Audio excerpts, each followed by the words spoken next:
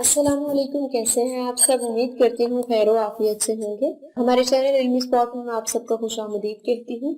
Video شروع کرنے سے پہلے میری آپ سب سے ایک چھوٹی سی درخواست ہے کہ ہمارے چینل علمی اسپاٹ کو سبسکرائب کیجیے اور بیل نوٹیفیکیشن آن کیجیے تاکہ آنے والی ہر لیٹسٹ اپڈیٹ آپ تک بر وقت پہنچ سکے۔ تو بنا وقت ضائع کیے شروع کرتے ہیں اپنی آج کی ویڈیو۔ جی ہاں ناظرین، وہ ایک معمولی شکل و صورت کی کالے رنگ کی معصوم لڑکی تھی۔ وہ 4 سال کی تھی جب اسے ماں سے پہلا تھپڑ پڑا۔ وہ کچھ دیر روئی، سنبھل گئی، سرخ گال بھی کچھ دیر بعد اپنی اصل رنگت میں آ گئے۔ تکلیف رفع ہو گئی، نفرت اس بچی کی گال سے دل میں اتر گئی۔ منظر بدلتا ہے، بچی ایک اندھیرے سٹور میں خوفزدہ بیٹھی ہے، گالوں پر سوکھ چکے آنسوؤں کے نشان ہیں۔ وہ اپنے کمزور گھٹنوں کو باہوں میں سمیٹے اپنے باپ کی منتظر ہے کہ وہ آئے گا اور اسے سٹور میں بند کیے جانے کی سزا سے نجات دلائے گا۔ اس نے غلطی سے ماں کا قیمتی چینی دان توڑ دیا تھا۔ اس کے وجود میں بھی کچھ ٹوٹا تھا، کیا شاہد بھروسہ اور شاہد اعتماد؟ نہیں، اس کا ماں سے جذباتی واسطہ ٹوٹ گیا تھا۔ چپلوں کے سرخ نشان اس کی کمر پر اس رشتے کی موت کا خطبہ تھے۔ وقت مزید آگے کو بھاگا، بچی نے اپنا یونیفارم دھونا، استری کرنا اور بال باندھنا سیکھ لیے ہیں۔ اب وہ اسکول جاتی ہے اور اس نے دوست بنائے ہیں۔ اس کی ٹیچرز اس سے خوش ہیں اور وہ جو اپنے گھر کی مادون ترین بستی ہے وہ اسکول کی شائننگ سٹار ہے۔ اس کی مس اسے مائی ڈانسنگ بٹر فلائی کہتی ہیں اور ڈانسنگ بٹر فلائی کے پروں میں انوکھے رنگ بھرتے چلے جاتے ہیں۔ کل میرے اسکول میں اینول رزلٹ فنکشن ہے، سب کے مما پاپا آئیں گے، آپ نے بھی آنا ہے، وہ اپنے ماں باپ سے کہہ رہی ہے۔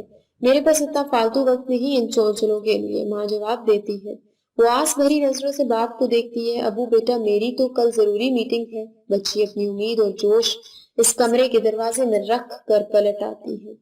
اگلے دن اسکول میں وہ اپنی فرسٹ پوزیشن کی ٹرافی اور انعام خود وصول کرتی ہے اور اس حال میں اپنا رزلٹ خود وصول کرنے والی وہ تنہا بچی ہے۔ گھر واپس آ کر وہ اپنا رزلٹ اور سنہری ٹرافی پلنگ کے نیچے رکھے خالی گتے کے کاٹن میں ڈال دیتی ہے۔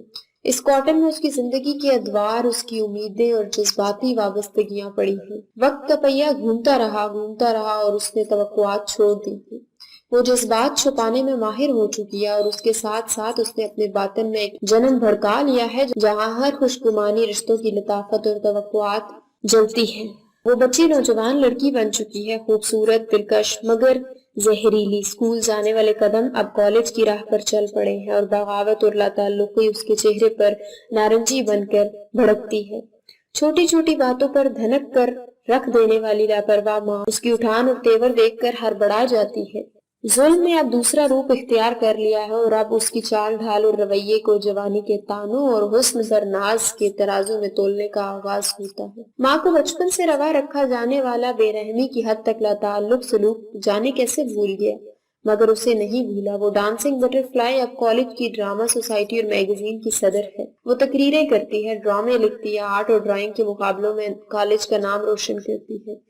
وہ لڑکی جس کا اندر صرف سیاہ ہے، وہاں ماں کی بے حسی اور لاتعلقی کا اندھیرا ہے، اور وہ گھنٹوں اس بات پر کرتی رہتی ہے کہ آخر اس کا باپ یہ سب اب نارمل ماحول دیکھ کر بھی خاموش کیوں رہتا ہے۔ وہ حیران ہوتی ہے کہ لوگ اس میں رنگ کیسے دیکھتے ہیں، جبکہ اسے ہمیشہ سے سیاہ کہا گیا، سیاہ سمجھا گیا اور سیاہ بنایا گیا۔ وہ چہکتی اور کھلکھلاتی لڑکی گھر کی دہلیز پہ قدم دھرتے ہی سرد مہر، اسپاٹ اور بے حس بت میں بدل جاتی ہے۔ اس کی پناہ گاہ اس کا کمرہ اور کتابیں ہیں، کتابیں جن میں ایک مثالی خاندان ہے اور ماں کی گرم جوش آغوش بے محبت کے مظاہرے ہیں۔ اور پھر سب ہنسی خوشی رہنے لگے کہ الفاظ پر وہ بار بار ہاتھ پھیرتی ہے، اور آہستہ آہستہ اس نے ان مناظر میں خوش باش اور پر محبت خاندانی کہانیوں میں خود کو تصور کرنا شروع کر دیا ہے۔ یہ ذہنی فرار اسے ان وقتوں میں بے حد مدد دیتا ہے جب اس کی ماں اس پر چیختے چلاتے ہوئے، اس کے بقیے ادھیڑتے ہوئے اسے ڈھیٹ، بدبخت اور لعنتی کہتی ہے۔ وہ اپنے تصوراتی قلعے میں اپنی مہربان تصوراتی ماں کی باہوں میں سمٹ کر خود کو بچا لیتی ہے۔ وہ دوہری زندگی جی رہی ہے۔ وقت کو کون روک سکتا ہے؟ وقت تو بڑھتا رہا، آگے کو چلتا رہا، نفرت میں اضافہ ہوتا رہا، لاتعلقی بڑھتی رہی، گھر کی فضا جہنم تھی، جہنم ہی رہی، یہاں تک کہ وہ دن آن پہنچا جب اسے گھر چھوڑ کر ہاسٹل جانا پڑا۔ وہ اس قدر خوش تھی کہ 1 ہفتہ پہلے ہی اپنا سارا سامان تیار کر چکی ہے۔ بالآخر وہ اس دم گھٹنے مال سے نکل جائے گی، اور پھر وہ نکل بھی گئی۔ اب یونیورسٹی کی دنیا ہے، نئی دوستیاں ہیں، نئی کامیابیاں، مگر روح تو وہی پرانی ہے نا۔ اس کارٹن میں اب کئی ٹرافیاں ہیں، کئی اسناد، رزلٹ کارڈز ہیں، اور سب سے نیچے وہ امید اور ماں سے ٹوٹا ہوا تعلق پڑا ہے جسے وہ دفن کرنا بھول گئی ہے۔ وہ قیمتی جاپانی گڑیا بھی وہیں پڑی ہے جس کے بال سیاہ اور لباس سرخ ریشم کا ہے، اور اس کے ہاتھ میں ایک گٹار ہے، وہ گانے والی گڑیا جس کے ٹوٹنے پر اس قدر بے رحمی سے اس کے بال نوچے گئے تھے۔ اب وہ کچھ بدل گئی ہے۔ سیمسٹر کے اختتام پر ملنے والے رزلٹ کی تصویر وہ ابا کو پاس ہو گئی ہوں کہ ٹیکسٹ کے ساتھ واٹس ایپ کر دیتی ہے اور جواب کی توقع بھی نہیں رکھتی، حالانکہ ابا بیچارے وہ جواب بھی دے دیتے ہیں اور فون بھی کر لیتے ہیں۔ دن گزر رہے ہیں، مہینوں اور پھر سالوں میں ڈھل رہے ہیں، ہاسٹل اور یونیورسٹی کی دنیا سے بھی نکلنے کا وقت آن پہنچا ہے۔ وہ اپنا فائنل رزلٹ تھامی ایک ہاتھ سے ہینڈ کیری گھسیٹتی اسی دنیا میں لوٹ رہی ہے جہاں اسے زندہ رہنے کے لیے ایک تصوراتی دنیا بسانی پڑی تھی، جہاں اسے ایک باغی، نافرمان اور لعنتی سمجھا گیا، جہاں اس کا بچپن خود پسند رویوں نے چھین لیا۔ کوئی یہ راز نہیں جانتا، وہ بہت پہلے سے بوڑھی ہو چکی ہے۔ صدیوں کے زہر بھرے تلخ لہجوں کی، تلخ تجربوں کے گھونٹ اس نے 10 سال کی عمر کو پہنچنے سے پہلے ہی پی لیے تھے۔ خود انحصاری نے اسے رشتوں کی بھرم، ان کی ضرورت اور موجودگی کی اہمیت سے ناواقف کر دیا ہے۔ اسے جذباتی سہاروں کی عادت نہیں رہی، وہ رشتے بنانے سے متنفر ہو چکی ہے، اتنی کہ اپنی طرف بڑھنے والے قدموں کو نفرت سے دھتکار دینا اس کے لیے معمولی بات ہے۔ اور اب عمر کے اس مقام پہ کہ جب اس کا دامن بے توجہی کے خونی رشتوں کی بے حسی، ذہنی لا تعلقی، جذباتی استحصال کے سلگتے انگاروں سے بھر چکا ہے، رشتوں، محبت اور بھروسے سے اعتبار اٹھ چکا ہے، وہ چوکنی بلی کی مانند ہر میٹھے محبت بھرے جملے پر بھڑک اٹھتی ہے اور اپنی پناہ گاہ کے محفوظ اندھیروں میں جا چھپتی ہے۔ اس دوہری شخصیت اور شدید نفسیاتی ٹوٹ پھوٹ کی شکار لڑکی سے اس کی ماں چاہتی ہے کہ وہ شادی کر لے۔ وہ عورت جس نے ہمیشہ شوہر اور بیوی کے رشتے کی بدترین تصویر اپنے بچوں کو دکھائی، وہ چاہتی ہے کہ اس کی بیٹی ایک اچھی بیوی بنے۔ وہ عورت جس کی بیٹی نے اپنی الٹی سیدھی پونی بنانے سے یونیورسٹی کی ڈگری وصول کرنے تک اپنا ہر کام خود کیا ہے، ہر موقع پر جذباتی تنہائی کو سہنا سیکھا ہے، ہاسٹل کی بالکنیوں میں دیر رات تک ٹہلتے ہوئے ہواؤں کو دکھ سنائے ہیں، بلیوں سے خوشیاں بانٹی ہیں، وہ اب چاہتی ہے کہ اس کی بیٹی اس کی گود میں سر رکھ کر اپنا حال اسے سنائے۔ وہ اس بات پر الجھتی ہے کہ آخر ایک جوان لڑکی زندگی کے رنگوں سے اس قدر بیزار کیوں ہے کہ ساری عمر کی تنہائی کو ترجیح دے چکی ہے۔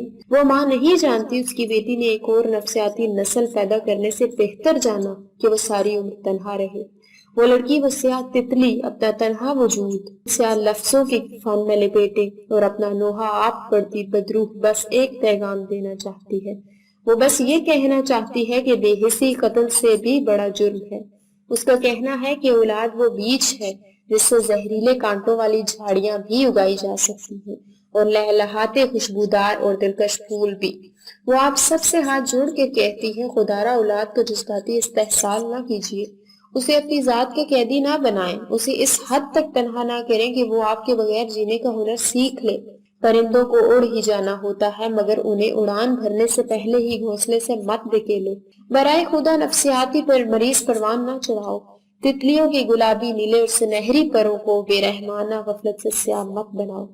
اولاد ذمہ داری ہے، اسے اپنی اور دوسروں کی آزمائش بننے سے بچائیے تاکہ سیاہ تتلی کے پروں میں امید کا سنہری دھبا جنم لے سکے۔ امید کرتے ہیں کہ آپ کو ویڈیو بہت پسند آئی ہوگی۔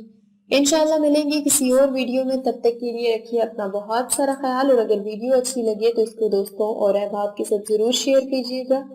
اللہ تعالی ہم سب کا حامی اور ناصر ہو۔ فی امان اللہ۔